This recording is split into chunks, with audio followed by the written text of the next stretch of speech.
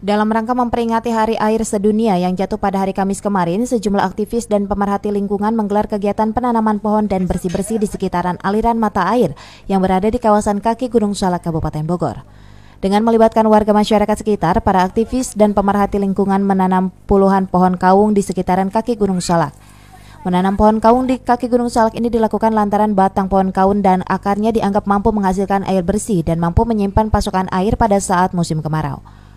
Pohon kaung yang ditanam diharapkan bisa menjadi tanaman resapan air yang bisa mengaliri ke 3 desa di Kecamatan Taman Sari, Kabupaten Bogor, yakni Desa Taman Sari, Sukajaya, dan Sukajadi. Untuk membersihkan sumber mata air.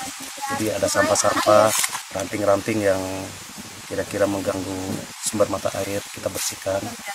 Selain itu, kita penanaman pohon kaung, itu juga dilakukan langsung dengan warga. Tujuannya untuk supaya kedepannya debit air itu tambah besar dan berkualitas. Ini kita turun untuk mengetahui sumber mata air yang sebenarnya ada di kaki Gunung Salak sendiri gitu, yang kita nikmati selama ini. Lebih menjaga lingkungan kita sendiri. Ya ternyata kan setelah kita kesini sampah banyak. Kalau bukan kita, siapa lagi yang jaga? Hidup untuk saat ini memang cukup memprihatinkan ya. Cukup memprihatinkan. Satu, dari sisi yang paling prioritas dan utama itu adalah sumber daya air. Sumber daya air ini mungkin sudah begitu jauh berbeda dengan kondisi dulu di kaki Gunung Salak ini. Sehingga mungkin kalau ada musim kemarau 1 ataupun 3 hari 4 hari, kurang lebihnya 1 minggu, itu masyarakat sudah kesulitan air.